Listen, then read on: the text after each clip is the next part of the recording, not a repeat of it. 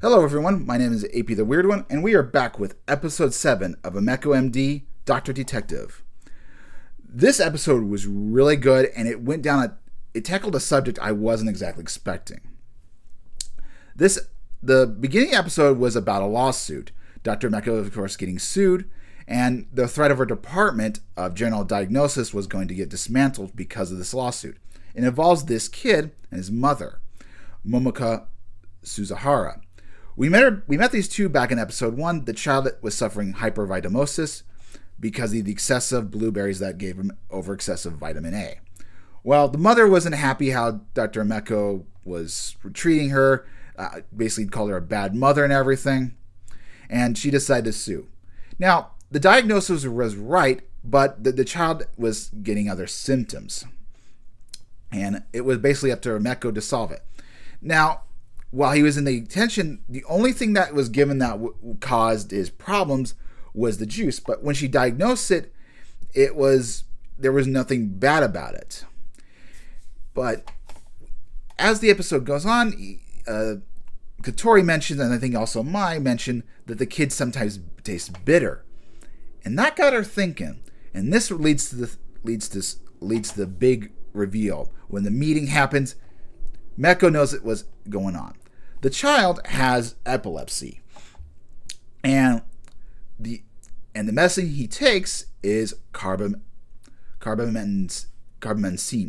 zenzapine, and the grapefruit, if you take it at the exact same time, will cause problems like dizziness, drowsiness, nausea. He had those effects, and it's because of the fruinoconomarines.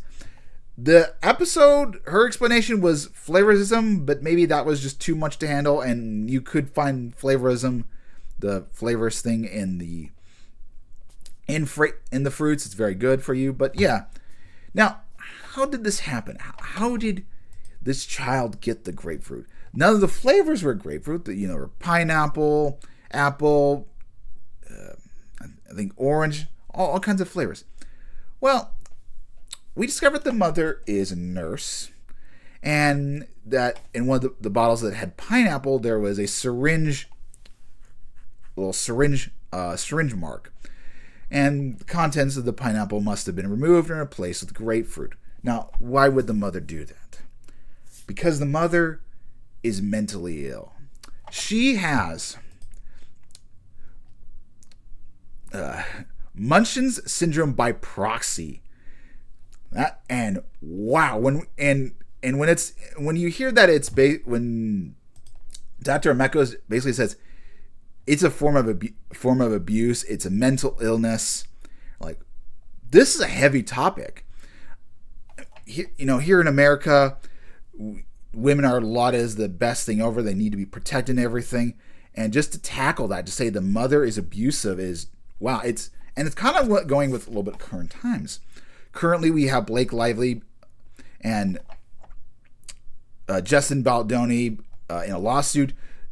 Blake Lively has been shown to have mentally abused Justin Baldoni in the making of a movie, and he's got the receipts to back it up.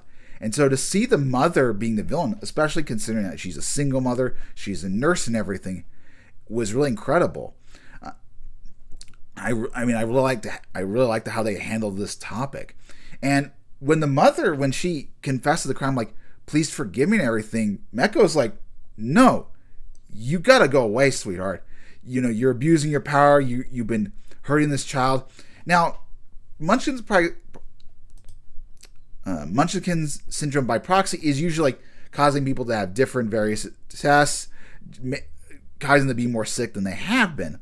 But it shows on this clevelandclinic.org that it can possibly be worse. Because for holding food treatment plan, which is basically giving the grapefruit to prevent the epilepsy. And when you realize this is a form of abuse or whatever, you got to kind of wonder how this kid got epilepsy at a young age. I mean, was it genetic? Was it because the parents had a divorce or separated? Maybe the mother abused him in some fashion, mentally or something, that just caused that. Maybe he was taking I mean, withholding food or whatever. You don't know. And so when you look at it, it gets really dark. Considering that we've had the previous 3 episodes have also been really heavy with the human combustion and everything. Just, wow. I was just thoroughly impressed.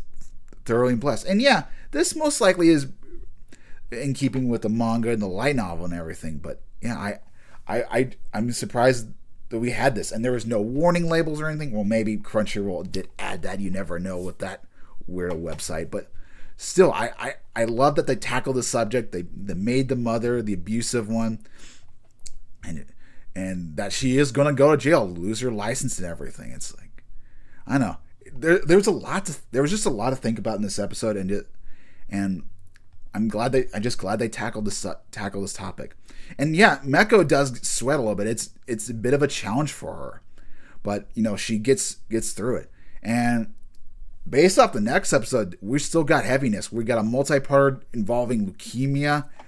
I mean, this series is heavy. I mean, the series is basically a feminine version of House, but I mean, House probably definitely had to tackle this. I know that Scrubs also did in a sense. So yeah, I mean, we're going full charge seriousness. We're going down. It's gonna be a light road, but it's gonna be dark. It's got a mixture of Catch-22, my favorite book, and I mean, so I like what we're seeing. I like what we're handling. And it's a fun time. But I won't let you guys any longer. I know this is a bit of a shorter review. I have a lot to say, and I think it's definitely worth watching with the scientific and everything. I love the fact that whoops, hold on, I need to back up a little bit.